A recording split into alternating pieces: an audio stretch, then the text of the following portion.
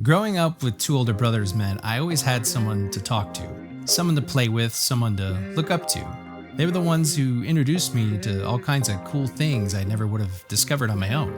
It also meant that there was always someone ahead of me in line for the PlayStation. And if by some miracle I was already playing it when they walked in, let's just say I was strongly encouraged to hand over the controller before violence became a viable option. Lately I've been thinking about how that shaped the way I played games growing up, and maybe even how I still play them today. Curious to know if anyone else had a similar experience, because today I want to talk about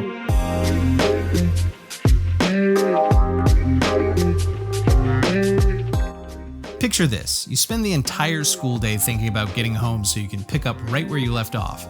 Maybe you're swapping rumors with your friends at recess about hidden levels or cheat codes that unlock a naked mode their cousin totally got working. Then you survive the longest bus ride of your life, planning your next move the whole way home, only to discover your brother deleted your save file because he needed more room on the memory card for his third Gran Turismo time trial ghost data. How does that make you feel?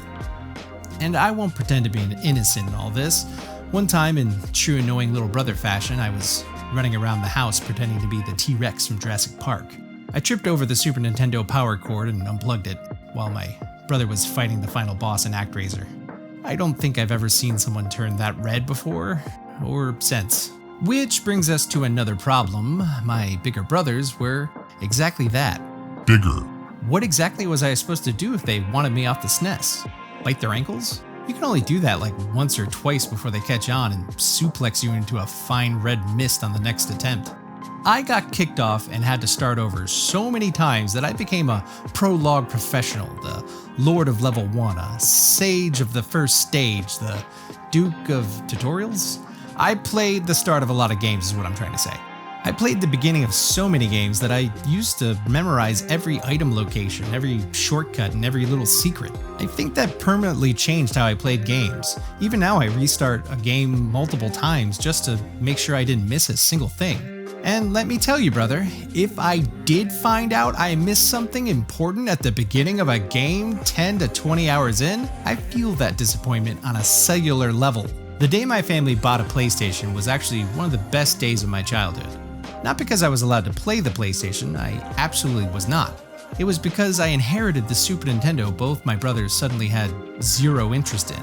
Back then, older systems weren't as collectible or sought after like they are now. Everyone and their grandma had an Atari 2600 or a Nintendo Entertainment System rotting away in the basement or attic somewhere.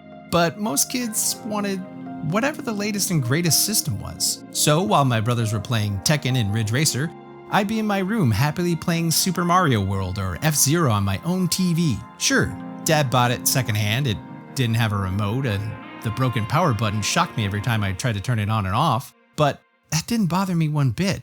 It was my TV, my special corner of the world to play my Super Nintendo in peace. I loved it, and I was content. Until. Hey, plumber boy, mustache man, your worst nightmare has arrived. Pack up your stuff. I got a little surprise for you here. Check it out. What do you think about that? We got real time, 3D, lush organic environments. How's that make you feel, buddy? Feel a little like your days are numbered? I'm gonna have to ask you to leave. You're hurting my elbow. Okay, so it turned out I wasn't immune to wanting the latest and greatest either. PlayStation commercials in the 90s and early 2000s were absolutely bananas with visuals that made your drug feel like it was on brains. Those shiny 3D graphics had me hooked and I was ready to go swimming in the big boy pants fish sea. So I came up with the perfect plan. It was simple. All I had to do was stay up later than my brothers. Once they went to bed and fell asleep, I would have the PlayStation all to myself. It was genius. Pure genius. There was only one little problem with that plan. Of course, my bedtime was earlier than theirs. I was the little brother. Looking back, I don't even know why I thought that plan stood a chance. My oldest brother was 18 at the time, practically a full-grown man with no bedtime to speak of. So I was back at square one. Though before long, the situation would solve itself. That same year, my oldest brother joined the Marine Corps and left for boot camp. Not long after that, he was shipped out overseas. He was 10 years older than me and I really looked up to him. I missed him a lot after that. I probably made up for it by being twice as annoying to my other brother.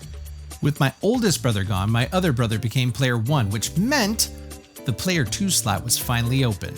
Some of my favorite childhood memories are getting absolutely destroyed by him in practically every game we played together. I didn't care at all about losing. I was the little brother, and I was just happy to be included. Besides, I could always delete his Gran Turismo saves when he wasn't looking. I don't know if any of that was relatable, but I hope it was at least entertaining. Thank you so much for watching, and I hope your snacks are good.